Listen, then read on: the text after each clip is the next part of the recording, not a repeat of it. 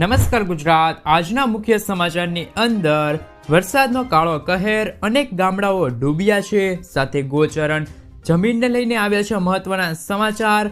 પાક વીમાને લઈને હાઈકોર્ટ એક્શનમાં, ખેડૂતોને 20,000 રૂપિયાની સહાય, 300 યુનિટ મફત વીજળી અને 15,000 ખાતામાં, સાથે દેવા માફી અંગે ફેસલો, સોના ચાંદીના ભાવમાં થયો છે ઘટાડો, વિદ્યાર્થીઓને 50,000 રૂપિયાની સહાય, ગરીબોને 10,000 રૂપિયા ખાતામાં, વરસાદના કારણે શાળાઓમાં રજા, સાથે લીલો દુષ્કાળ જાહેર, મકાનો બનાવવા માટે મળશે સહાય, આધાર કાર્ડ પાન કાર્ડ ધારકો આપે ધ્યાન, અને આજના સૌથી મોટા ખેડૂત સમાચાર। મિત્રો, દરેક સમાચાર દરેક માહિતી જણાવું એ પહેલા ગુજરાતના જે પણ મિત્રો ચેનલ પર જો નવા આવ્યા છે મિત્રોને ખાસ વિનંતી છે કે ચેનલને સબસ્ક્રાઇબ કરવાનું ભૂલતા નહીં, સાથે આજનો આ વિડીયો છે તેને અંત સુધી જોતા રહેજો। મિત્રો, અત્યારના તાજા સમાચારની અંદર વાત કરીએ તો નવસારી ડૂબ્યું છે। 2-3 દિવસથી પડી રહેલા ભારે વરસાદના પગલે નવસારીની હાલત ખરાબ થઈ ગઈ છે। શહેરોના અનેક વિસ્તારો ડૂબ્યા છે, રહેઠાણ વિસ્તારોમાં પણ પાણી સમાયા છે, નીચાણવાળા વિસ્તારોમાં જળમગ્ન થયા છે, વાહન વ્યવહાર અને નવજીવન વ્યાપક અસર થઈ છે। બીજી તરફ નવસારીમાંથી પસાર થતી પૂર્ણા નદીની જળસ્તર ખતરનાક સપાટી વટાવી ચૂક્યા છે। ઉપરાંત મિત્રો, અત્યારે પણ ફરીથી ધોધમાર વરસાદ શરૂ છે। મિત્રો, ત્યાર પછીના સમાચારની અંદર વાત કરીએ તો પાક વીમાને લઈને હાઈકોર્ટ એક્શનમાં। ખેડૂતોને પાક વીમાનું વળતર મુદ્દે રાજ્ય સરકારે હાઈકોર્ટમાં રજૂ કરેલા રિપોર્ટ કોર્ટે નકાર્યા છે।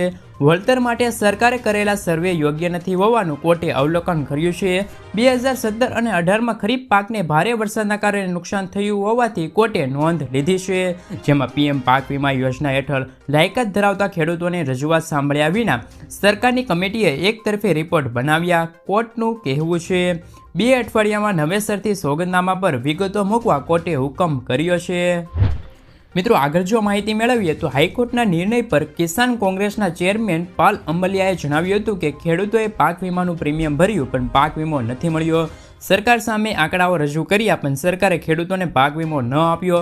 અંતે ગુજરાત હાઈકોર્ટે અમારી વાત સાચી હોવાનો સ્વીકાર કર્યો છે। સરકારે ગાઈડલાઇનની ઉપરવટ જોઈને ટેકનિકલ કમિટી બનાવી છે। આ ટેકનિકલ કમિટીએ વીમા કંપનીને બચાવવા પાક વીમાના આંકડા બદલાવી નાખ્યા। સરકારે પોતે જ આ સ્વીકાર્યું છે। મિત્રો, સાથે મિત્રો જો વાત કરીએ તો વરસાદે 30 વર્ષનો રેકોર્ડ તોડ્યો છે। મેઘરાજાએ ગુજરાતમાં બેટિંગ જમાવી છે, અનેક વિસ્તારોમાં પાણી જ કરી નાખ્યા છે।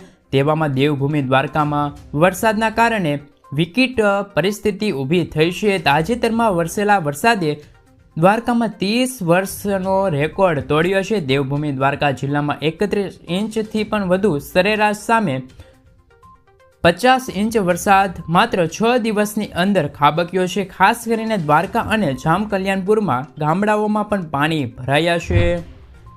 મિત્રો, ત્યાર પછીના સમાચારની અંદર વાત કરીએ તો ગૌશાળા અને પાંજરાપોળ માટે સહાય। ગ્રામ પંચાયત ગૌશાળા અને પાંજરાપોળના ગોચરણ માટે ઘાસચારા વિકાસની યોજના અમલમાં છે, જેમાં ગ્રામ પંચાયત ગૌશાળા અને પાંજરાપોળને ગોચરણ વિકાસ કરવા માટે વધુમાં વધુ 20 હેક્ટર વિસ્તારમાં પ્રતિ હેક્ટર દીઠ 75% મુજબ વધુમાં વધુ 75,000 એટલે કે કુલ 20 હેક્ટરના મહત્તમ 15 લાખ રૂપિયા સુધીની સહાય મળશે। જે તે સંસ્થાએ તારીખ 30/7/2024 સુધીમાં આઈ ખેડૂત પોર્ટલ પર ઓનલાઈન અરજી કરવાની રહેશે। મિત્રો, ત્યાર પછીના સમાચારની અંદર વાત કરીએ તો દેવા માફી અંગેનો ફેસલો। ગુજરાતના લાખો ખેડૂતો દેવામાં ડૂબેલા છે। ખેડૂતોએ 1 લાખ કરોડથી પણ વધારે રૂપિયાની લોન લીધેલી છે। ગુજરાતમાં 47.51 લાખ ખેડૂતોએ લોન લીધી છે। દેશના ખેડૂતોની વાત કરીએ તો મિત્રો, દેશમાં 16 કરોડ ખેડૂતો પર 21 લાખ કરોડ રૂપિયાનું દેવું છે। દેશમાં સૌથી વધારે દેવું રાજસ્થાનના ખેડૂતોના માથે છે। રાજસ્થાનના 99.97 લાખ ખેડૂતોએ 1.47 લાખ કરોડ રૂપિયાથી પણ વધારે લોન લીધી છે। ખેડૂતોએ લોન આપવામાં ખાનગી અને જાહેર ક્ષેત્રની બેંકો સૌથી આગળ છે। આખા ગુજરાતમાં ખેડૂતોનું દેવું 90,895 કરોડ રૂપિયાનું છે। મિત્રો, સાથે મિત્રો જો વધારે માહિતી મેળવીએ તો આમાં 34,000 ખેડૂતોનો સમાવેશ થાય છે, જ્યારે સરકારે 20 થી 25 ખેડૂતોને 8 લાખ કરોડ રૂપિયાના દેવા ભાજપ સરકારે માફ કર્યા છે। તો ખેડૂતોના કેમ નહીં દેવું માફ થવું જોઈએ? ઘણી વખત ખેડૂતો દ્વારા અને કિસાન સંઘ સમિતિ દ્વારા દેવા માફીની માંગણી કરવામાં આવે છે, જ્યારે મિત્રો જોઈએ કે આ વર્ષે પણ રાજ્યમાં ભાજપની સરકાર બની છે તો મોદી સરકાર ખેડૂતોના સાથ આપે છે, ખેડૂતોના દેવા માફ કરે છે કે નહીં તે હવે જોવાનું બાકી છે। મિત્રો તમારું શું કહેવું છે કે ખેડૂતોના દેવા માફ થવા જોઈએ કે નહીં? કોમેન્ટ બોક્સમાં જરૂરથી જણાવી આપજો। મિત્રો ત્યાર પછીના સમાચારની અંદર વાત કરી લે તો હવે 300 યુનિટ મફત વીજળી અને 15,000 રૂપિયા તમારા ખાતામાં। પીએમ સૂર્ય ઘર મફત વીજળી યોજના વિશે તમે સાંભળ્યું હશે। વડાપ્રધાન નરેન્દ્ર મોદીએ આ યોજના 13 ફેબ્રુઆરી 2024ના રોજ શરૂ કરી છે અને આ યોજનાની અંદર short time high record break 1 કરોડથી વધુ રજીસ્ટર થયા છે અને આ યોજનાની અંદર સરકાર તરફથી દરેક ઘરોને 300 યુનિટ મફત વીજળી આપવામાં આવે છે। કેન્દ્ર સરકારે કહ્યું કે આ યોજના થકી વાર્ષિક 15,000 રૂપિયાની આવક મળી શકે છે।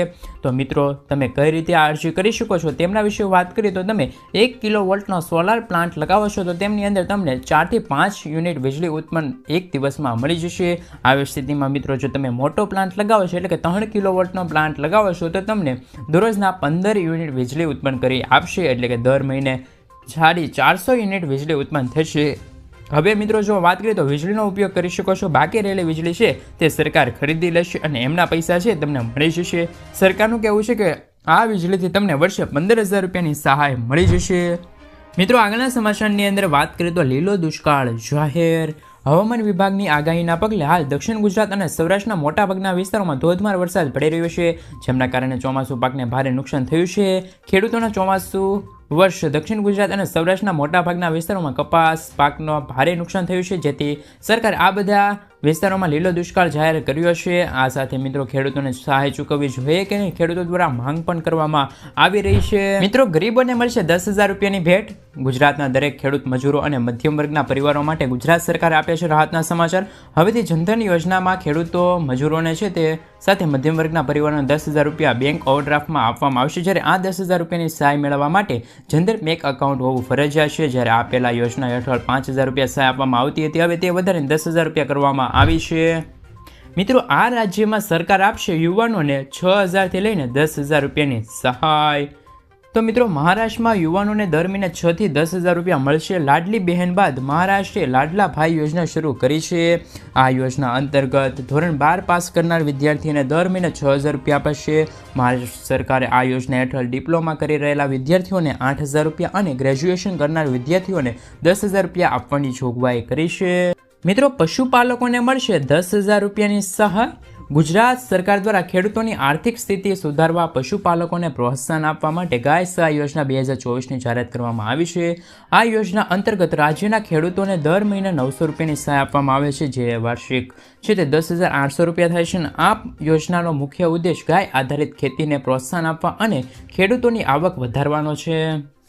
સાથે જો મિત્રો વાત કરીએ તો કે હવે 70 લાખ ખેડૂતોની લોન માફ થશે। તેલંગાણાના મુખ્યમંત્રી રેવત રેડ્ડીએ જણાવ્યા અનુસાર 11 લાખ ખેડૂતોને લાભ આપવામાં આવ્યો છે। બેંકે 6,000 કરોડ રૂપિયા આપ્યા છે। કૃષિ લોન માફી યોજના 3 તબક્કામાં પૂર્ણ કરવામાં આવશે। તેમણે કહ્યું કે બીજા તબક્કામાં 1.5 લાખ રૂપિયા સુધીની પાક લોન છે તે જુલાઈ મહિનાની અંતમાં માફ કરી દેવામાં આવશે, જ્યારે ત્રીજા તબક્કામાં 2 લાખ રૂપિયા સુધીની લોન ઓગસ્ટ મહિનામાં માફ કરવામાં આવશે। કાર્યક્રમ સંબોધતા મુખ્યમંત્રીએ કહ્યું 31,000 કરોડ રૂપિયાની લોન માફી યોજના 3 તબક્કામાં લાગુ કરવામાં આવશે, તે ઓગસ્ટ મહિના સુધી પૂર્ણ થઈ જશે। મિત્રો ત્યાર પછીના સમાચારની અંદર વાત કરીએ તો પ્રધાનમંત્રી ફસલ વીમા યોજનાને લઈને આવ્યા છે મહત્વના સમાચાર। આબોહવા પરિવર્તનના કારણે પાક નુકસાનને ઘટાડવા પ્રધાનમંત્રી ફસલ વીમા યોજના ખેડૂતોને પાક વીમા પ્રદાન કરે છે। ખેડૂતો ઓછા વ્યાજદરે યોજનામાં નોંધણી કરાવી શકે છે। સરકારે વધારાનું યોગદાન આપશે। કુદરતી આફતોના કારણે નુકસાનના કિસ્સામાં વીમા કંપની 72 કલાકમાં કંપની ખેડૂતોની તપાસ કરશે। ઘણી વખત એવું જોવા મળ્યું છે કે ખેડૂતોની મહેનત વ્યર્થ જાય છે જ્યારે દુષ્કાળ પડે છે, જ્યારે પૂર અથવા તો અતિવૃષ્ટિ સર્જાય છે જેમના કારણે પાક બરબાદ થાય છે। આવા ખેડૂતો માટે કેન્દ્ર સરકારે શરૂ કરેલી પાક વીમા યોજના આશીર્વાદરૂપ બની છે, જેમાં દર વર્ષે રજીસ્ટર કરવામાં આવે છે। મિત્રો ત્યાર પછીના સમાચારની અંદર વાત કરીએ તો ખાતર ખરીદવા માટે મળશે 15,000 રૂપિયાની સહાય। મિત્રો ભારતના પ્રધાનમંત્રી શ્રી નરેન્દ્ર મોદીજી દ્વારા ખેડૂતોના કલ્યાણ માટે ઘણી યોજના બહાર પાડવામાં આવે છે। ખેડૂતોને સીધો લાભ મળે તે હેતુથી પ્રધાનમંત્રી કિસાન સન્માન નિધિ યોજના વગેરે યોજનાઓ બહાર પાડવામાં આવે છે। ગુજરાત રાજ્ય સરકાર દ્વારા પણ અનેક યોજનાઓ અમલમાં મૂકવામાં આવી છે। સાથે મિત્રો ખેડૂતો માટે આર્ટિકલની વાત કરીએ તો ખેડૂતો ખેતરમાં વિવિધ તાપમાને વાવેતર કરી શકે છે। પાકને પોતાના વિકાસ માટે અલગ અલગ પ્રકારના પોષક તત્વોની જરૂર પડે છે। ખેડૂત લાભાર્થીઓ આઈ ખેડૂત પોર્ટલ પરથી ઓનલાઈન એપ્લિકેશન કરાવી શકે છે। બાગાયતી વિભાગ દ્વારા યોજનાના લાભ આપવામાં આવે છે, ખાતર સહાય યોજના વિશે શું શું મળે છે તેમની માહિતી મેળવી. તો મિત્રો સામાન્ય ખેડૂત માટે ખર્ચના 50% મુજબ વધુમાં વધુ 10,000 હેક્ટર સહાય મળવાપાત્ર રહેશે અને ખેડૂતોને વધુમાં વધુ હેક્ટર દીઠ મર્યાદા સહાય મળશે. મિત્રો મકાન બનાવવા માટે સહાય મળશે. ઘર બનાવવા ગુજરાત સરકાર આપશે 1,32,000 રૂપિયા અથવા તો 1,20,000 રૂપિયા સહાય. આ બંને યોજનામાંથી તમને કઈ લાગુ પડશે તેમના વિશે વાત કરીએ તો યોજના નંબર 1 પંડિત દીનદયાલ ઉપાધ્યાય આવાસીય યોજના 2023, જેમાં તમને 1,20,000 રૂપિયાની સહાય આપવામાં આવે છે, જેમાં તમને પહેલો હપ્તો 6,000 રૂપિયાનો અને બીજો હપ્તો 40,000 સાથે ત્રીજો હપ્તો 20,000 રૂપિયાનો આપવામાં આવે છે, જેમાં તમારે ઓનલાઈન અથવા તો ઓફલાઈન અરજી કરવાની રહેશે. 1 થી 2 મહિનામાં તમે કરેલી અરજી પાસ થઈ જશે અને તમારા બેંક અકાઉન્ટમાં છે તે પૈસા જમા થઈ જશે. સાથે મિત્રો યોજના 2 ડૉક્ટર બાબા આંબેડકર પંડિત દીનદયાળ ઉપાધ્યાય આવાસીય યોજના, જેમાં 1,32,000 રૂપિયાની સહાય આપવામાં આવે છે, જેમાં મકાન બનાવવા 1,20,000 રૂપિયાની સહાય રહેશે, જેમાં પહેલો હપ્તો 60, બીજો હપ્તો 40 અને ત્રીજો હપ્તો 20,000 રૂપિયાનો રહેશે. જ્યારે ચોથો હપ્તો છે તે 12,000 રૂપિયાનો બાથરૂમ બનાવવા માટે આપવામાં આવે છે. જ્યારે આ યોજનામાં ST, SC, OBC કોઈ પણ ફોર્મ ભરી શકે છે. જ્યારે આ યોજના નંબર 2 ST અને SC યોજના અંતર્ગત છે તે 5 લાઇન ફોર્મ ભરવા માટે રહેશે. સાથે મિત્રો વરસાદ ઉપર એક નજર કરી લઈએ તો કે મિત્રો અત્યારે વરસાદ છે તે ગુજરાતમાં વારો પાડી રહી છે. ગુજરાત ઉપર 1 નહીં 2 નહીં 3 સિસ્ટમ એક્ટિવ થઈ છે, જેમના કારણે ગુજરાતમાં હવે ચોમાસું છે તે બરોબરનું જામ્યું છે. બંગાળની ખાડીમાં ગુજરાતમાં છે તે વરસાદ ભૂક્કા બોલાવી શકે છે. અંબાલાલ પટેલે તારીખ પ્રમાણે આગાહી કરી છે. 3 દિવસ સૌરાષ્ટ્ર દક્ષિણ ગુજરાતમાં મેઘરાજા છે તે મન મૂકીને વરસી શકે છે. આ વિસ્તારોમાં મિત્રો હવે દ્વારકા, પોરબંદર, સુરત, નવસારી સહિત રાજ્યના 11 જિલ્લાઓમાં ભારે વરસાદ પડી શકે છે. જોકે બીજી તરફ ઉત્તર અને મધ્ય ગુજરાતની અંદર પણ વરુદેવ રિસાયા છે. અહીં લોકો પણ હવે વરસાદને લઈને તરસી રહ્યા છે. મિત્રો વરસાદના કારણે શાળાઓ બંધ. ભારે વરસાદના કારણે દેશના ઘણા રાજ્યોની અંદર પૂરની સ્થિતિ સર્જાઈ છે, જેમાં ઉત્તર ગુજરાત, દક્ષિણ ગુજરાત સાથે મિત્રો દક્ષિણ ભારતના ઘણા રાજ્યોનો પણ સમાવેશ થાય છે, જેમાં સતત વરસાદના કારણે વિનાશ થાય છે, જેના કારણે મિત્રો બાળકોના ભણતર પર માઠી અસર પડી છે. જેમાં કેટલાક રાજ્યોમાં છેલ્લા ઘણા દિવસોથી શાળાઓ બંધ છે. સરકારે બાળકોની સુરક્ષા માટે તમામ ખાનગી અને સરકારી શાળા કોલેજો બંધ રાખવાની ફરજ પડી છે.